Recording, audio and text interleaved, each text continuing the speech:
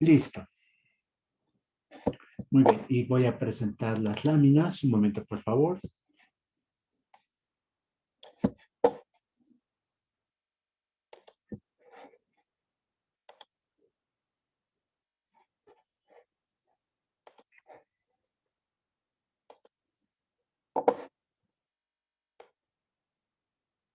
Ya está, deben estar en pantalla. Muy bien. Entonces, realmente estábamos a punto de terminar. Permítanme ver en qué momento nos quedamos. Habíamos visto las reglas de semántica, operación estructural para todo el lenguaje y habíamos visto cómo podíamos definir programas que hacían lo mismo que las funciones recursivas MI. Y nos quedamos con la parte de composición. Nos faltaba ver todavía que, perdón, minimalización no acotada y recursión primitiva se podían hacer. De hecho, creo que en la tarea les estoy pidiendo minimalización, ya no recuerdo. Entonces, probablemente lo único pendiente es recursión primitiva. Antes de continuar, entonces me detengo para preguntar, ¿hay dudas hasta el momento?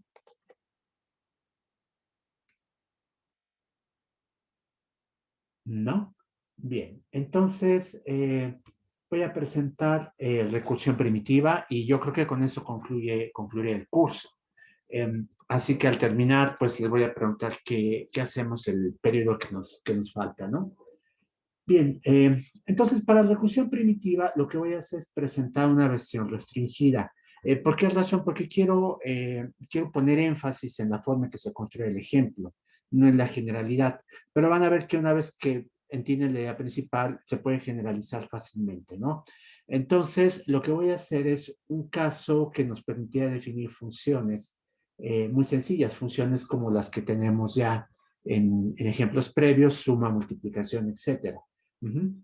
Entonces, este ejemplo se va a basar en una sola función recursiva, es decir, no tengo mi sucesión de cada funciones recursivas que estoy definiendo, cada una con dos ecuaciones, sino tengo una sola función recursiva que voy a definir. Esta función recursiva va a ser de dos argumentos nada más y la voy a llamar f. Bien, aquí está. Bien, recuerden que entonces los ingredientes que me pide recursión primitiva en funciones recursivas mi son una función para el caso base, h.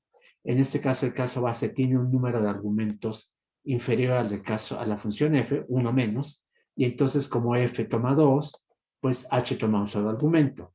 Y la otra función que necesito para poder definir f es una función g, que toma entonces n más k en este caso es uno solo, n entonces quedamos que es 1 más 1, ¿no? Entonces g tendría que tener 3 argumentos. Ahí está. Entonces yo tendría que tener estas funciones para poder definir lo que quiero. Las ecuaciones en funciones recursivas mi se verían de esta manera.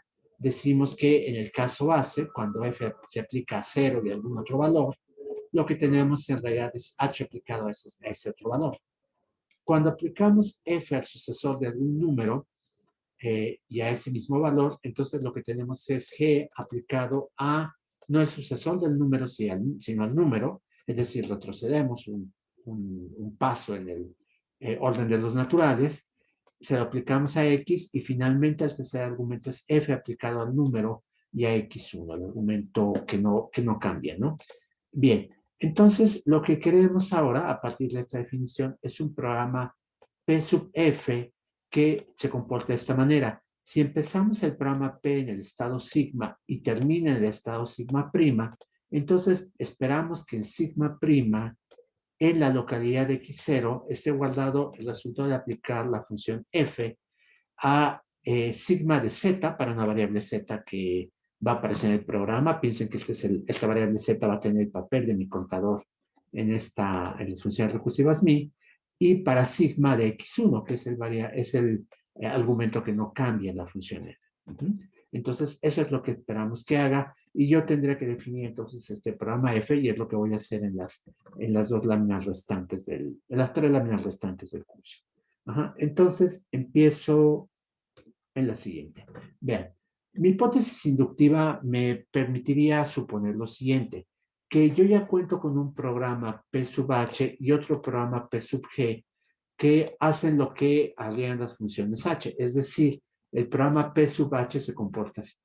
Si el programa empieza en el estado sigma y al terminar termina en sigma prima, yo espero que en sigma prima en la localidad de x0 esté guardado el resultado de aplicar h al valor que estaba en sigma en x1, al valor inicial de x1. Y espero entonces que al terminar la ejecución de P sub g, pues pase lo mismo, que en x0 termine guardado el valor de g aplicado al valor guardado en z, que es mi contador, al valor guardado en sigma de x1 y en sigma de x2. ¿Por qué razón? Porque recuerden que la función g toma 3 argumentos. Entonces vamos a pensar que sus argumentos aparecen en estas variables z, x1 y x0. Entonces yo asumo que estos programas ya están definidos adecuadamente y lo que quiero hacer entonces es presentar el programa P sub f. El programa P sub f va a tener este formato. Vean, aquí escribo el programa y de este lado, del lado derecho, estoy haciendo algunos comentarios sobre qué está pasando con el programa. Entonces, lo que voy a hacer es introducir esta variable, esta localidad de memoria. No forma parte estrictamente de mi lenguaje. Mi lenguaje no incluye localidades de memoria W, ¿no? Solo en X, Y, Z, pero va a ser como una forma de subrayar que lo voy a utilizar como el fin del ciclo. Entonces le pongo este nombre, W. Y en W entonces lo que hago es guardar el valor original de mi contador, que es Z. Bien. Ahora, recuerden que yo voy a alterar, voy a llamar de manera repetitiva, no sé cuántas veces, pero varias veces probablemente, o probablemente cero, no lo sé, pero posiblemente voy a llamar varias veces al programa P sub G. Ajá, entonces, como estoy llamando a este programa P sub G, cada vez que lo llame, corro el riesgo de alterar el valor de la localidad de x1, pero yo necesito que este valor siempre sea el mismo, porque la función, las funciones siempre se llaman con el valor original. Entonces, bueno, más bien P sub G debería llamarse siempre con este valor original. Entonces, por precaución, lo que hago es guardar este valor original en la localidad Y. Ahí está. Le estoy guardando ahí. Bien, y ya que está ahí, entonces vamos a hacer lo siguiente. Lo que hago es guardar en esta Y0 el valor 0 porque voy a utilizarlo como el contador del ciclo while que aparece aquí abajo. Bien. Y finalmente lo que hago es llamar al programa que corresponde al caso base. ¿Por qué razón? Supónganse que Z, este valor que tengo aquí, fuera 0. Entonces, si este es el caso, van a ver cómo el ciclo me está preguntando, 0 es menor que 0, porque W va a valer lo mismo que Z. Y como esto va a ser falso, 0 no es menor que 0, no entro al ciclo. Eso quiere decir que estoy llamando a la función f de entrada con el argumento 0, y eso significa que en automático se aplica la función h. La función h pues está representada por este programa y ya se aplicó aquí. Entonces, yo no tendría la necesidad de entrar al ciclo y ya en este paso calculé el caso base.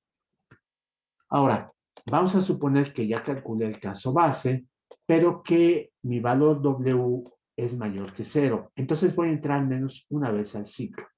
Entonces, entro al ciclo y yo lo que necesito aquí es pues poder utilizar el valor del caso base.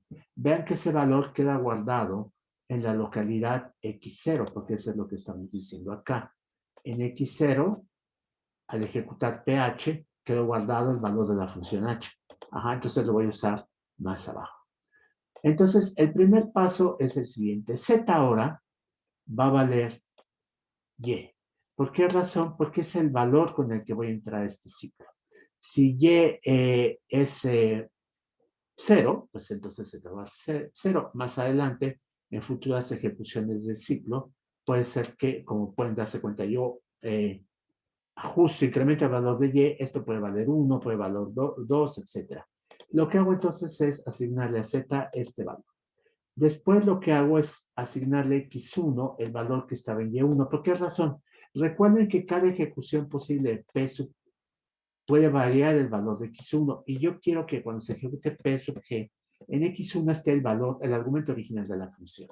Ajá. Entonces, por esa razón, lo que hago es recuperar ese argumento original aquí, en esta parte. Entonces, aquí me aseguro que en x1 es el argumento original. X2 va a tener el valor de x0. ¿Por qué razón? Porque x2, recuerden cómo son las funciones recursivas MI, voy a regresar un momento. En x2, que es este segundo argumento, no, perdón, es este tercer argumento, ajá, lo que necesito es el valor previo de la función f. Ajá. Bien, ese valor previo, más bien, perdón, el valor previo de la función g, en realidad. Ajá. Ese valor, en la primera ejecución del ciclo, resulta que es el valor que queda en x0 después de pH. En las siguientes ejecuciones del ciclo, ese valor pues se va a hacer el valor que me regresa la función, perdón, el programa P sub G. Vean, es lo que tengo aquí. Ajá. Bien. Perdón, aquí está. Es lo que nos regresa el programa P sub G. Ajá. Entonces, necesito alimentarlo como uno de los argumentos que va a tomar el programa P sub G. Ya que tengo el programa P sub G tiene donde espera las localidades de memoria en la que espera los argumentos con los que se va a ejecutar, lo ejecuto y después de ejecutarlo, en la localidad y sub 0, pues hago un incremento para que este contador aumente. Y entonces regresa al cuerpo de ciclo y me pregunto, después de ese incremento y sub 0, ¿vuelvo a entrar al ciclo? ¿Sigo el valor que tiene y sub 0 es todavía menor que W? Si la respuesta es sí, pues repite esta operación hasta que finalmente y sub 0 va a ser igual a W. El ciclo no se va a ejecutar y voy a terminar con estos resultados. Vean, en X0 va a estar guardado el valor de la función G aplicado a estos argumentos en el estado previo, la ejecución anterior del programa P sub G. Bien, entonces, ¿se entendió la idea de cómo funciona?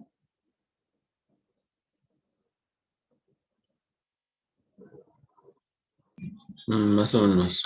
Más o menos, es un poco complejo, ¿verdad? Yo les pediría, revisen el código, por favor, y traten de entender por qué se hace cada una de estas inicializaciones.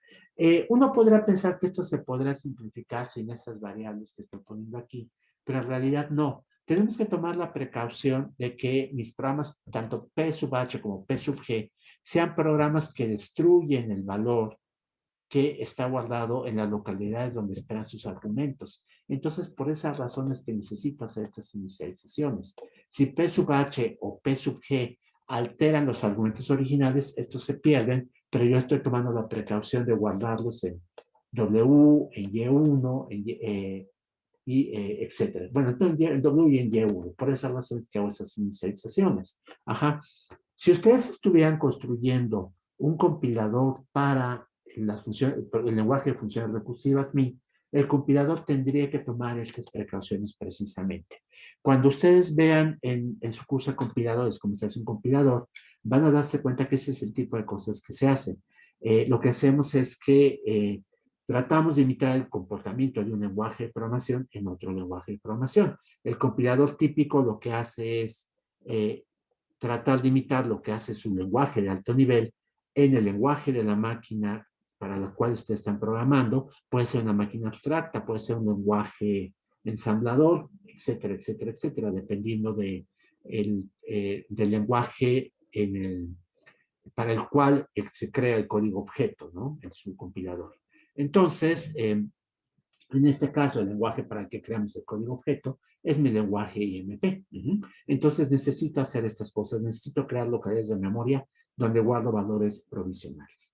Entonces, por esa razón están estos enunciados que tengo aquí, donde se hacen cosas que van a permitir que pH y P sub G operen sobre los valores correctos. Entonces, cuando vean el código que está aquí, piensen, esto es probable que es una precaución para asegurarnos que P sub G y P sub H reciben los valores esperados en con localidades esperadas.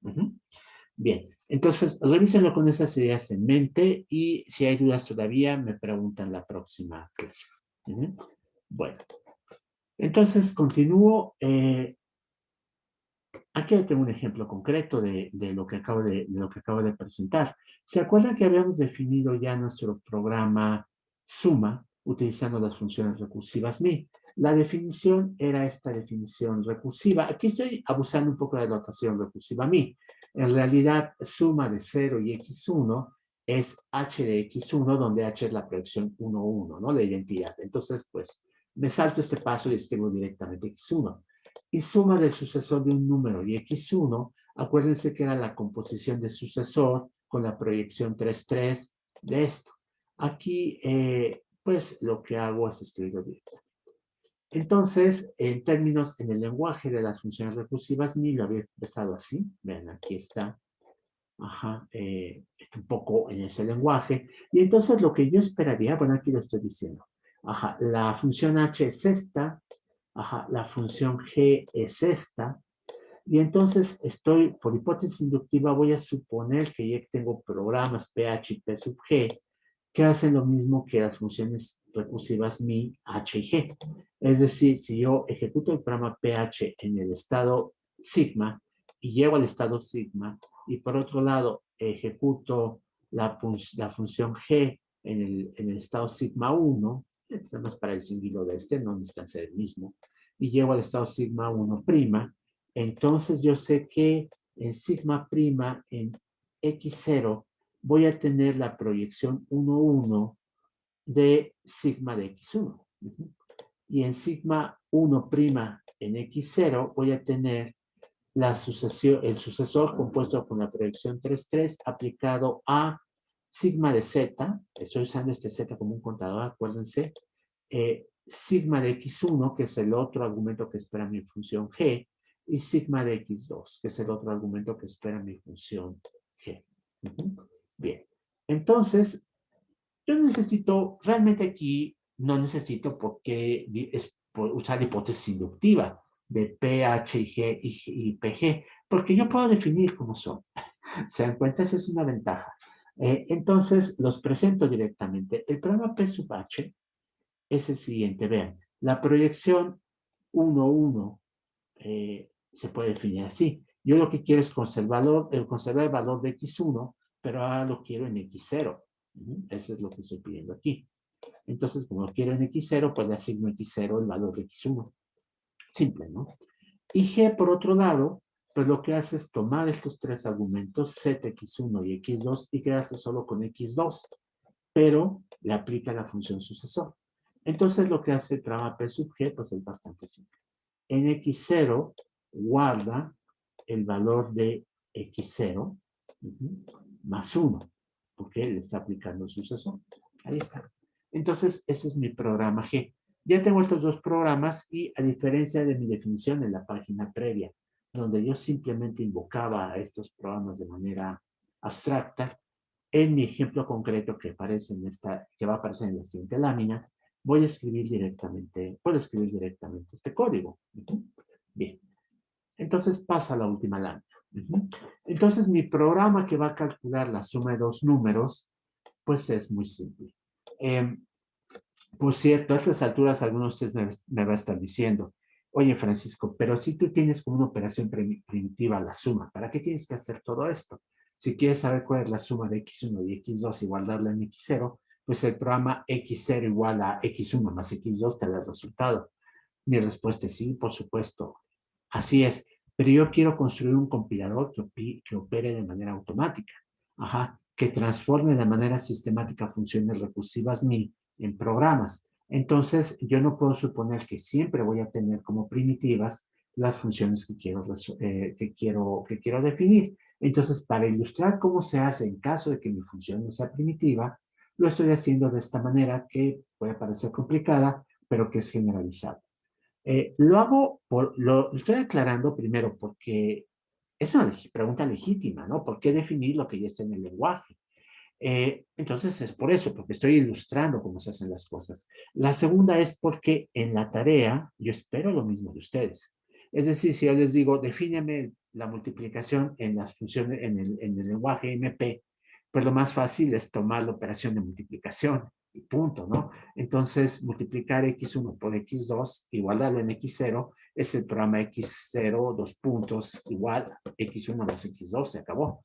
Perdón, x1 por x2, se acabó. Pero yo no quiero eso, yo quiero que ustedes me den una definición de suma como si no fuera una operación primitiva, perdón, de multiplicación, como si no fuera una operación primitiva, para ver si entendieron cuál es el procedimiento para crear estas funciones. Si yo después les presento una función factorial, por ejemplo, que no se define de manera directa en el lenguaje, yo esperaría que ustedes me dijeran cómo un compilador me genera sistemáticamente a partir de una descripción de manera automática, además sistemática automática es el otro punto, cómo me genera un programa que calcula el factorial, suponiendo que pues tiene implementadas las otras funciones recursivas MI. No como ustedes lo harían directamente, porque pues, es un ejercicio de programación de primer semestre, ¿no? Yo supongo que es el tipo de cosas que aprendían en matemáticas discretas o en Introducción a Ciencias de la Computación 1. Me parece que se sigue llamando así esa materia por razones misteriosas. Eh, pero bueno, en esa materia en la que aprendieron a programar por primera vez, los que no sabían programar todavía, pues ya lo vieron, ¿no? Y es trivial. No, yo no quiero la solución trivial, quiero una solución que se pueda generar de manera automática. Cuando ustedes construyen un compilador, una vez que ya está construido el compilador, este código que está aquí es el código que les generaría su compilador, no el código que el compilador no tiene la capacidad de decir, ah, claro, esto ya estaba definido, entonces, pues me salto un montón de pasos y ahí está. Si los compiladores pudieran hacer eso, creo que en el futuro muy próximo ustedes no van a encontrar empleo. La razón por la cual las compañías siguen contratando programadores, gente que tiene que estudiar una licenciatura o ingeniería completa en el área de computación, es porque los compiladores no pueden hacer estas cosas todavía. Las pueden hacer para casos muy básicos, pero en general no lo pueden hacer. Entonces, ahí es donde está el trabajo de ustedes, ¿no? Cómo generar automáticamente, no automáticamente, sino cómo generar código y entonces ustedes tienen que saber cómo construir estos compiladores. Entonces, ahí está. Esa es la razón por la cual hay que hacerlo así y no saltarse los pasos e ir a la solución obvia que ustedes como personas, como entes inteligentes que tienen inteligencia abstracta, pueden deducir, ¿no? Bien. Bueno, entonces, a ver, ya que está todo esto, a ver, déjenme duplicar estas láminas para que veamos cómo esto es simplemente una aplicación del caso general. Entonces, voy a cambiar el estilo de presentación. Un momento, por favor. Ahí está.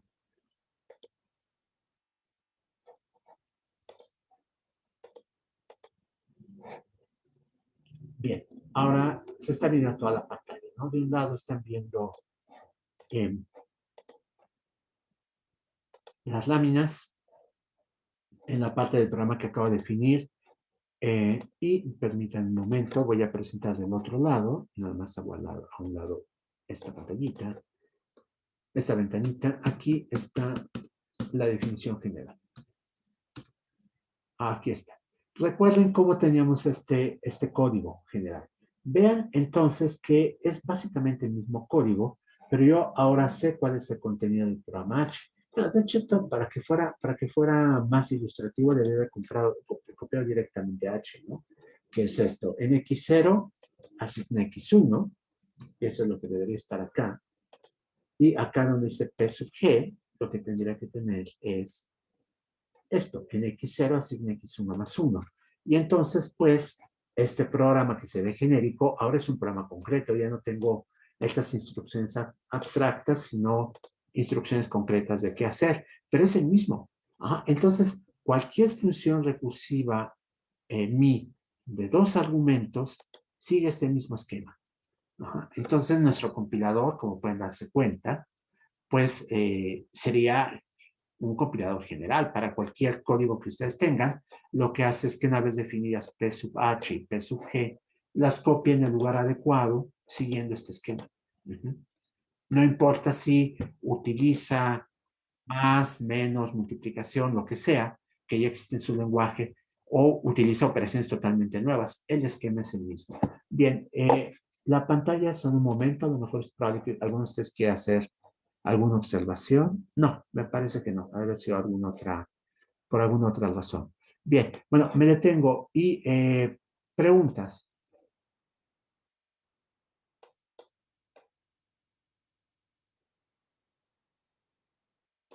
A ver, Ah, bueno, yo tengo una pregunta. Ay, perdón, profesor. sí, adelante, adelante. Bueno, por ejemplo, en el de la tarea 4 en el 3 que nos pide como el diseño del IMP, ¿se podría decir entonces que bastaría con pues encontrar esa PH y PG porque siguen como ese mismo esquema, por decirlo así? Sí, sí, a ver, déjame presentarlo aquí en la pantalla. Creo que lo están viendo ya, pero voy a ampliarlo. En el punto 3, ajá, implementado por medio de un programa de IMP. Sí, se dan cuenta, lo que estoy dando es una definición, pues así, algebraica de la exponenciación. Ustedes tienen que reescribirla utilizando funciones recursivas MI. Y una vez que tengan esta definición con funciones recursivas MI, lo que harían es, pues, darme una presentación en 3 de un programa IMP. Se dan cuenta que el número de argumentos es el mismo. Tengo dos argumentos, la base y la potencia. Entonces, y la potencia es la que pues está variando con respecto a la operación de sucesor. Entonces, pues ahí lo que tendrían que hacer básicamente es copiar este esquema. La tarea es casi regalada, excepto que espero que me digan exactamente cuál es el programa PH y cuál es el programa G.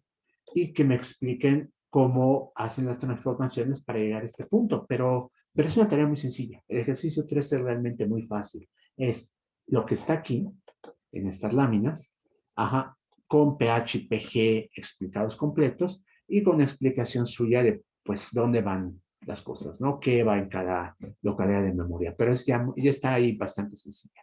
Ajá, entonces, el que entiende esta parte, pues ya tiene la tarea, el ejercicio 3 como lo señalas. ¿Alguna otra pregunta? Bueno, sí, bueno, no sé si está ligado como lo que había dicho, pero igual hay uno parecido como en los ejercicios, ¿no? Que es la del factorial, que utiliza la multiplicación en el primero de la definición de la exponencial de n por m por n, ¿no? Uh -huh. Entonces, ahí se tendría que, la multiplicación tendría también ya que estar como en esta función, o sea, de una forma primitiva, ¿no? Pero como tal no lo hemos definido, entonces a eso se refería con que no era necesario que lo definiéramos, porque se Eh, necesita la multiplicación, ¿no? sí, lo que tú puedes asumir es que ya hay un programa y una función recursiva MI que lo calcula. Uh -huh. Entonces, simplemente me tendrías que señalar en tu código. La multiplicación ya está. Incluso, para hacerlo más fácil, bueno, no sería más fácil, lo dejo así. ¿Por qué razón? Porque me parece que el ejercicio que les doy, a ver, déjenme presentarlo también, es el ejercicio 4. Ajá, ahí está el ejercicio 4, nada más déjenme ampliarlo. Es lo mismo, pero es para la función factorial. Entonces, sí, es el mismo término. Ustedes lo que hacen es pasar, es el mismo paso. Ustedes transforman esto en funciones recursivas y una vez que esté transformado pueden proceder. ¿Qué les permitiría yo? Pueden suponer que hay una función recursiva MI que calcula multiplicación. No tienen que hacerme la definición. Supongan que ya existe. Ajá. Y por lo mismo, a la hora de pasar a programas INP y MP, pues ustedes suponen que ya están usando esa función recursiva MI, que hay un programa que lo calcula. Ajá. En este caso, aunque tenemos la operación de multiplicación en el lenguaje y se podrá simplificar el código usando la multiplicación, como esta es una transformación, se dan cuenta, paso a paso, probablemente utilizar ese código les complique un poco la vida. Pero se los dejo a ustedes. Ajá. Ya sea que quieran definir, que quieran dar por hecho que una función recursiva MI que calcula la multiplicación y suponer después que hay un programa que calcula la multiplicación, o bien insertar directamente una multiplicación en su código en IMP, como ustedes quieran. Lo que me interesa sobre todo es el paso de aquí a acá, y el ejercicio tiene una pequeña diferencia con respecto a la exponenciación. Esta función, como se pueden dar cuenta, tiene un solo argumento. Ajá. Entonces, eso implica una pequeña complicación, porque en lugar de usar el ejemplo en que tenemos dos argumentos, el esquema que está aquí para dos argumentos, este esquema tiene que ser distinto. ¿Por qué razón? Porque en lugar de tener aquí sigma de x1, x sigma de x1 es innecesario, tienen un solo segundo argumento. Entonces sería z como su contador, y aquí esto va a ser el resultado previo de la función, nada más, en X1. Entonces, esa es la pequeña diferencia. Por lo demás, todo es igual. No sé si esto contesta tu pregunta. Sí, ahora sí ya. Muchas gracias, profesor. Bien. Bueno, ahora para los ejercicios, vean cómo lo que no presenté aquí en el curso, precisamente pregunta eso. ¿Cómo podríamos definir minimalización no acotada por medio de programas Wild? Ajá. Y ese es un ejercicio interesante. Si alguien lo quiere hacer y presentarnos su solución en la próxima clase, por ejemplo, o en clases subsecuentes, sería una buena idea. Bien. Entonces, si no hay más preguntas, me detengo, termino la grabación. Bueno, me detengo. ¿No hay más preguntas? ¿No? Bien. Ahora sí, detengo la grabación.